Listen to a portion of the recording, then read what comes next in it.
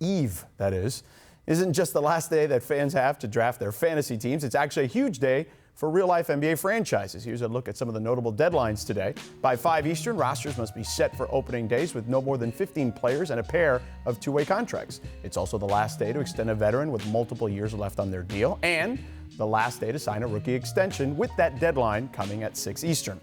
Speaking of which, Woj reports that Buddy Hield agreed to a 4-year, $94 million deal with the Kings earlier today. We'll discuss that deal in just a moment.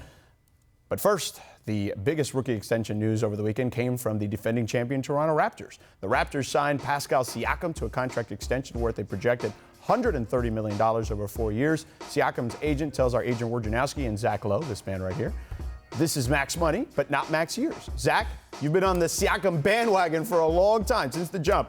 Are you entirely sold on Siakam as a max player? Spicy P. Yeah? I'm driving the bandwagon. I have the keys to the bandwagon. I am sold. I mean, the rookie, the first max you can sign is the smallest one, right? It's 25% of the cap now. Maybe there's what some GMs are calling the Darryl deduction coming because of the China stuff. Maybe not. I don't know. But I think that's pretty safe. I think he's going to score more this year. He has a chance to be one of the 10 or 15 best defensive players in the league. He can create off the dribble. I think he has a chance this year to make All-Star, All-NBA, and All-Defense. I think that's how good he can be. There were players last year, this makes total sense, and I think safe is the word you use, Zach, which makes total sense. There were guys in his locker room last year, maybe not all of them are there anymore, who thought he was going to be a big step forward player this year, and they thought that, I know, during the conference finals last year. So as far back as May, they were saying, okay, he's going to be a guy that we have to keep. He is going to be a player who takes a big jump. And if you project that, I mean, both executive staff and people in the locker room, then it makes all the sense in the world. As a matter of fact, it would just not make any sense if you didn't do it. And he's of the age, too. I think he's 25 or 26 now, where this deal is going to carry him right through his prime. It's a perfect age range. And I think without Kawhi this year, he has a chance to average 20 points a game. He's going to bump up his scoring. He's going to have a big year. He's just such a hard worker. I had a couple of their games last year, particularly during the postseason, and Nick Nurse told me that 2 years ago, that after they got eliminated, the next day he was in the gym and he was shooting threes. He had shot 22% that year. He got up to 37% last year. He told him he had to shoot 350 of each particular shot, and he was doing that once a day for 3 days. And then he bumped it up to 2 times a day after that. So, yeah, this kid is he's all in on just becoming as good a player as he can be.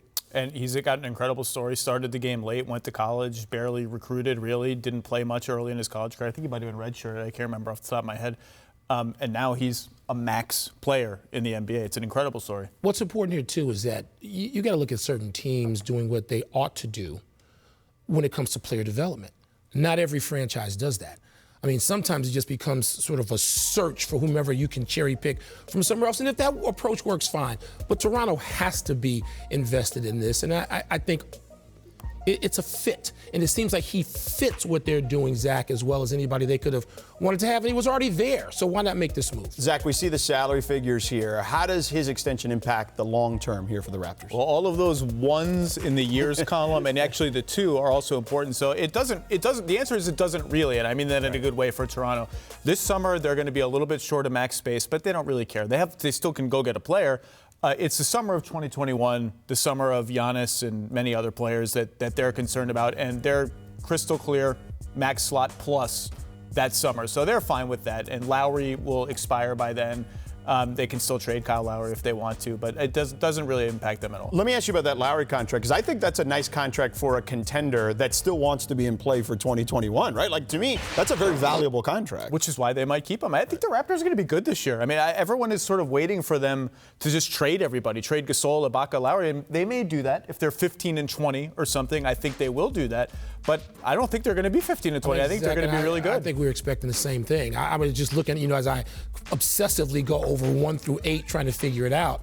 I mean, I have Toronto in the middle of that Eastern Conference pack, and it wouldn't surprise me if they win as North as, 4th. They've got the guts of a championship team there. I know there's a massive, massive loss you can't ignore. But if, again, you're projecting what this signing means and keeping this particular player to be one of your two now best players in that lineup, then Toronto, they have to feel pretty good about themselves. And by the way, if I were a star free agent in 2 summers, 3 summers, whenever, I would look at Pascal Siakam as exactly the kind of guy I want to play with. He's unselfish. He defends every position. He is at his best. He would be a great second or third option. He's not going to ever be a first option on a championship team, but you slot him second or third like he was last year, you can clearly win the championship.